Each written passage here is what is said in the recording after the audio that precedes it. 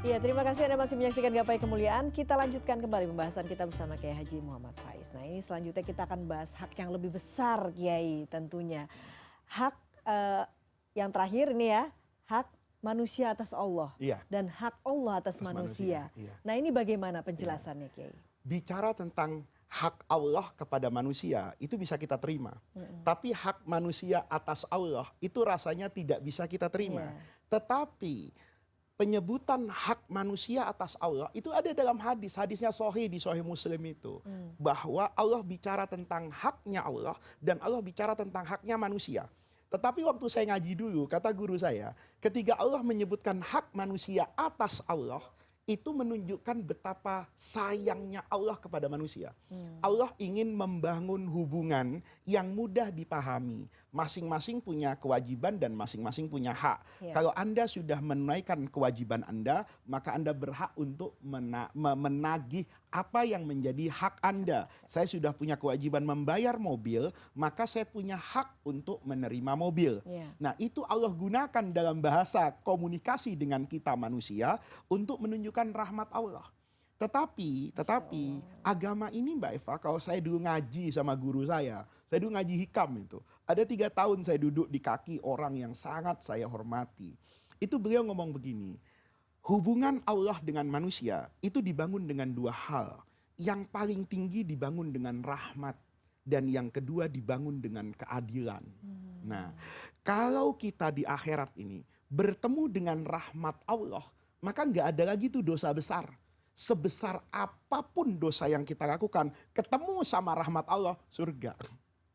Tapi kalau bertemu dengan keadilan Allah, sekecil dosa kita kepada Allah itu menghambat proses masuk surga yang luar biasa. Kenapa? Karena apa yang Allah berikan kepada kita itu tidak akan pernah seimbang dengan apa yang kita persembahkan kepada Allah.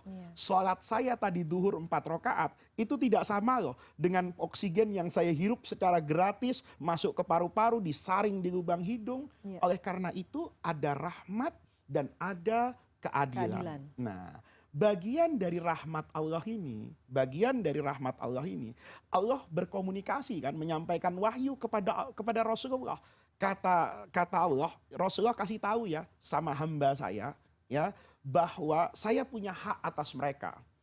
Kata Rasul, apa haknya Allah?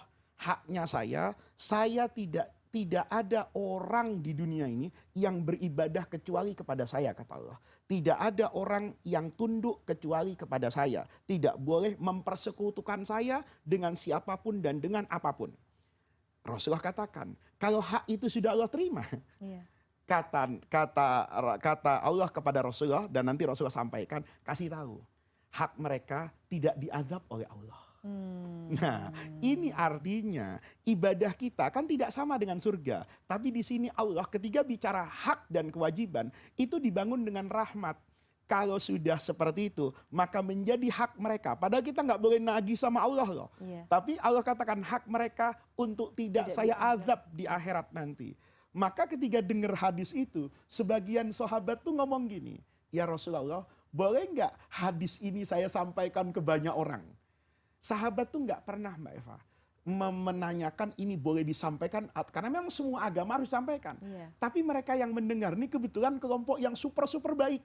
Mereka katakan kalau ini disebarkan, jangan-jangan menggampangkan orang kan, menggampangkan orang untuk merasa pantas masuk surga karena dia sudah tidak mempersekutukan Allah. Maka ketika ya Rasulullah, apakah kita tidak sebarkan ini, sampaikan kepada semua orang?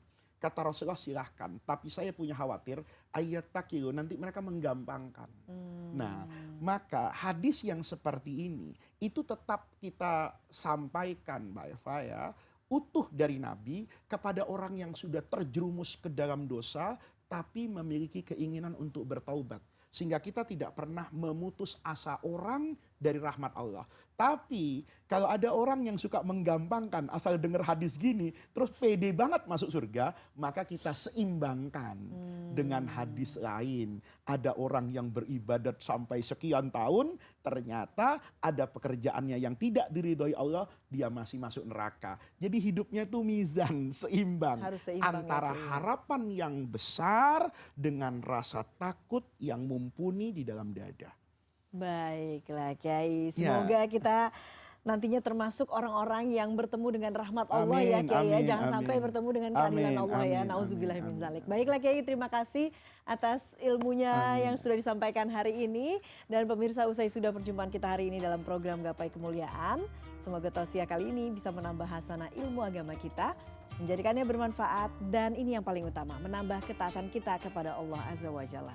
Saya Fayunizar dan Kiai Haji Muhammad Faiz pamit. Terima kasih atas perhatian Anda. Insya Allah kita akan jumpa lagi pada episode berikutnya. Wabillahi taufik wal hidayah. Wassalamualaikum warahmatullahi wabarakatuh.